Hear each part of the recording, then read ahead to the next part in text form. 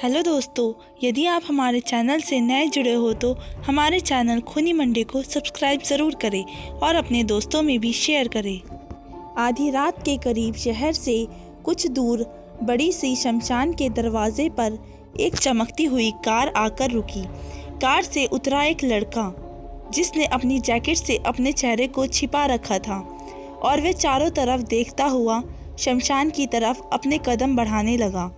शायद उस रात के समय तो शमशान की मनहूसियत से उसे डर लग रहा था।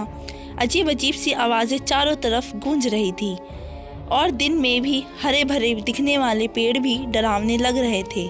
लेकिन उस बीच में वह बहुत हिम्मत करके आगे बढ़ता जा रहा था। जैसे ही वह शमशान के बीच पहुंचा, चारों तरफ जल रही चिताओं के बीच में एक तांत्रिक बैठा हुआ था जो मानव की खोपड़ी में बड़े ही आराम से कुछ खा रहा था।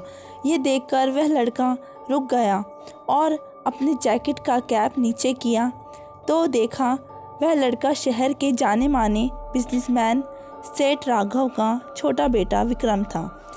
लेकिन बिजनेसमैन के बेटे को ऐसी जगह जाने की क्या ज़रूरत थी। विक्रम हाथ जोड़कर तांत्रिक के पास बैठ गया और तांत्रिक ने विक्रम की तरफ देखते हुए कहा, आ गया तू, मुझे पता था तू ज़रूर आएगा। मैंने जो सामान मंगाया था वह ले आया? हाँ महाराज, मैं ले आया। पर तांत्रिक को देता हुआ बोला, इसमें घर के सभी सदस्यों के बाल हैं। वह तांत्रिक विक्रम के हाथ से बालों की पोटली लेते हुए बोला, आखिर तू ये सब क्यों करना चाहता है?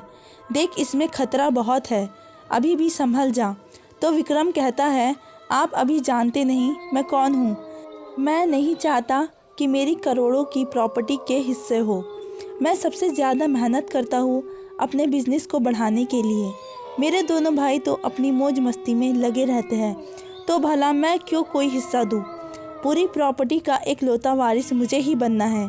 आप तो बस कुछ भी करके ऐसा कर दीजिए कि वे दोनों भाई खुद ब खुद मेरे रास्ते से हट जाए और सारी प्रॉपर्टी मेरी हो जाए। विक्रम की बात सुनकर तांत्रिक की आंखें चमकने लगी। उसकी आंखों में लालच साफ दिख रहा था। तांत्रिक मुस्कुराता हुआ बोला, ठीक है, तेरा काम हो जाएगा। फिर तांत्रिक उठकर एक चिता के पास गया और उस धड़कती हुई आग में वह पोटली को फेंकता हुआ ज़ोर ज़ोर से कोई मंत्र पढ़ने लगा। थोड़ी देर बाद वहाँ काले बादल छा गए और ज़ोर ज़ोर से बारिश हो गई। जो चिताएं जल रही थी वह सारी बुझ गई और आधी अधूरी जली लाश की बदबू आने लगी। विक्रम घबराहट से बोला, महाराज ये क्या हुआ? तो महाराज बोले, जा, तेरा काम हो गया, अब तू घर जा। तेरे साथ मेरा गुलाम जाएगा, वह अपना काम करेगा और तेरा काम हो जाएगा। विक्रम बिना कुछ बोले चुपचाप उल्टे पैरों वहाँ से चला गया। लेकिन वह अकेले नहीं जा रहा था। उसके पीछे एक बड़ा सा भयानक सा एक काला साया चल रहा था। विक्रम उस वक्त उसे देख नहीं पा रहा था। उन दोनों के वहाँ से निकलते ही तांत्रिक बहुत तेज़ तेज़ हंसने लगा था। विक्रम अपने घर आकर चुपचाप अपने कमरे में आराम से सो गया तो तभी बड़ी भाभी की चीख की आवाज़ सुनाई दी और घर में सब उठ गए और चारों तरफ लाइट जलने की रोशनी हो गई। सब भागकर बड़ी भाभी के कमरे की तरफ आए तो देखा बड़ी भाभी खून से लथपथ ज़मीन पर पड़ी हुई थी और वह बहुत तड़प रही थी। यह देखकर विक्रम बहुत घबरा गया, लेकिन बाद में समझ गया कि क्या हुआ है। वह ऊपर से दिखावा करते हुए बोला, ये क्या हो गया भाभी को? और इससे पहले कि उसकी भाभी कुछ बोलती उसने अपना दम तोड़ दिया। किसी को समझ नहीं आ रहा था कि अचानक से क्या हो गया और बड़ी भाभी की मौत एक रहस्यमयी घटना बनकर रह गई। घर में सब शौक में डूबे हुए थे। बड़ी भाभी की मौत को कुछ ही दिन हुए थे कि एक दिन विक्रम के पिता सेठ राघव रात के खाने के बाद बगीचे में टहल रहे थे। उन्होंने देखा विक्रम दबे पांव से बगीचे के पीछे जाकर मिट्टी खोद रहा है। सेठ राघव हैरान हो गए और उन्होंने विक्रम को आवाज़ भी लगाई, विक्रम तू क्या कर रहा है? यह सुनकर विक्रम ने अपने पापा की तरफ देखा तो फिर से मिट्टी खोदने में लग गया। उसके पापा ने उसे एक दो बार आवाज़ लगाई पर विक्रम ने उन्हें कोई जवाब नहीं दिया, तो उसके सामने जाकर पूछने लगे कि तू ये क्या कर रहा है और ये गड्ढा क्यों खोद रहा है। विक्रम उनकी आंखों में देखकर भारी आवाज़ में बोला, ताकि आपको यहाँ दफना सकूं। सेठ राघव घबरा गए। ये क्या कह रहा है, क्या बकवास कर रहा है तू? लेकिन विक्रम के चेहरे पर कोई भाव नहीं आया और देखते ही देखते विक्रम की आंखें लाल आग की तरह दिखने लगी और विक्रम ने सेठ राघव का गला पकड़ा और उसे अपनी तरफ खींच लिया। विक्रम के दांत उसकी गर्दन पर गड़े हुए थे और राघव तड़प तड़प कर वहीं निढाल हो गया था। विक्रम ने उन्हें उठाया और खुदे हुए गड्ढे में उन्हें डालकर ऊपर से मिट्टी में दबा दिया और अपने होठों पर लगे खून को साफ करते हुए बोला, आज के लिए मेरा पेट भर गया।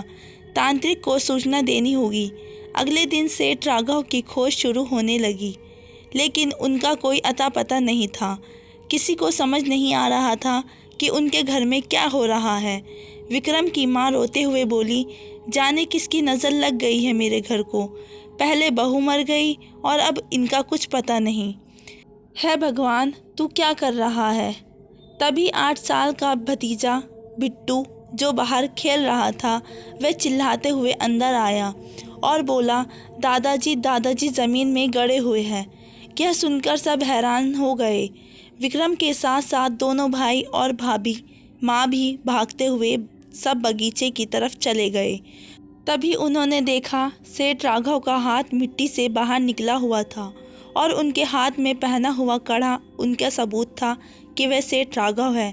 उनके बेटे ने जल्दी जल्दी मिट्टी हटाई तो वाकई में वे सेठ राघव ही थे। उन्हें देखकर सब रोने लगे और सेठ राघव की पत्नी बेहोश होकर गिर गई। जाहिर सी बात थी, यह हत्या थी और इसकी खबर जल्द से जल्द पुलिस को दी गई। पुलिस की छानबीन के बाद राघव का अंतिम संस्कार किया गया। अंतिम संस्कार से लौट आने के बाद विक्रम जैसे ही अपने कमरे में आया, उसने देखा उसका पूरा कमरा अंधेरे में डूबा हुआ था। विक्रम ने लाइट जलाने की कोशिश की, लेकिन लाइट नहीं जली। उसके कमरे में ऐसा लग रहा था काले बादलों का भवंडर मचा हुआ हो। विक्रम जैसे ही कमरे में आया, उसके कानों में एक आवाज़ आई, अब तो तू खुश है, एक एक करके तेरे रास्ते के सारे कांटे हटते जा रहे हैं। अब जाकर तांत्रिक से क्या वादा पूरा कर, तांत्रिक को उसकी रकम दे आ। तो तभी विक्रम बोलता है, नहीं, मैंने ऐसा नहीं कहा था। मेरे पिता को मार डालो।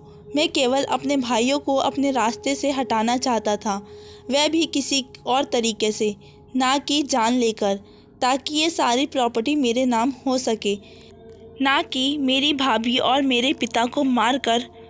मुझे नहीं चाहिए तांत्रिक की कोई भी मदद।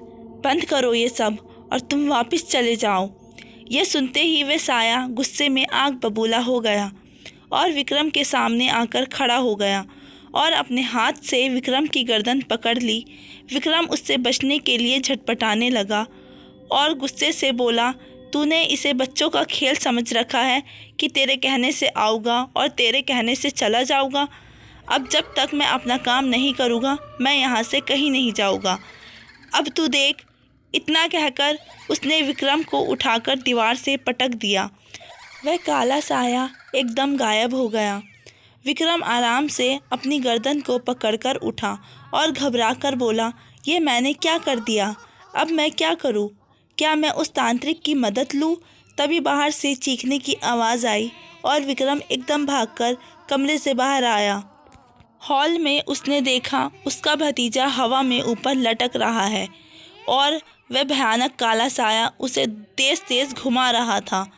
विक्रम तेज़ से चिल्लाया और बोला, बस करो, उसे कुछ मत करना, उसे नीचे उतारो। ये सब देख सुनकर विक्रम की माँ चिल्लाते हुए बोली, ये हो क्या रहा है मेरे घर में? मेरी तो कुछ समझ में नहीं आ रहा है, ये सब क्या चल रहा है और ये कौन है जो मेरे परिवार के पीछे पड़ा हुआ है? उनके इतना कहते ही वह साया तेज़ तेज़ हंसने लगा और बोला, ये तो तू अपने बेटे से पूछ। तेरा ही बेटा मुझे यहाँ लेकर आया है जिससे कि मैं तुम सबको मार दूँ और सारी प्रॉपर्टी का मालिक वह अकेला बन जाए। ये सब सुनते ही विक्रम की माँ, भाई, भाभी उसे नफ़रत से देखने लगे और माँ ने उसके एक ज़ोरदार थप्पड़ मारते हुए कहा, तुझे शर्म नहीं आई? पैसे और प्रॉपर्टी के चक्कर में तू अपने ही परिवार को ख़त्म करने चला था। अरे बोल देता एक बार, तेरे मन में क्या है? तभी उसका भतीजा चिल्लाया, चाचा मुझे बचाओ, मुझे बहुत दर्द हो रहा है। यह सुनते ही विक्रम बिना कुछ बोले वहाँ से बाहर भागा और गाड़ी लेकर सीधा शमशान की तरफ चल पड़ा। शमशान में जाकर वह गाड़ी से उतरा और सीधा भागकर तांत्रिक के पास गया। तांत्रिक अभी भी जलती हुई चिता के पास बैठकर कुछ कर रहा था। तांत्रिक उसे देखकर बोला, अब तो तू खुश है, ला मेरे पैसे निकाल। तो तभी विक्रम बोला, रोको ये सब, तुमने मेरी बात का गलत मतलब निकाला है। मैं सिर्फ केवल अपने भाइयों को रास्ते से हटाना चाहता था, लेकिन मारना किसी को नहीं चाहता था। मैं चाहता था कि बस कुछ ऐसा हो जाए कि मेरे पिता सारी चीज़ें मेरे नाम कर दे, लेकिन तुम तो मेरे पूरे ख़ानदान को ही मारने में लग गए।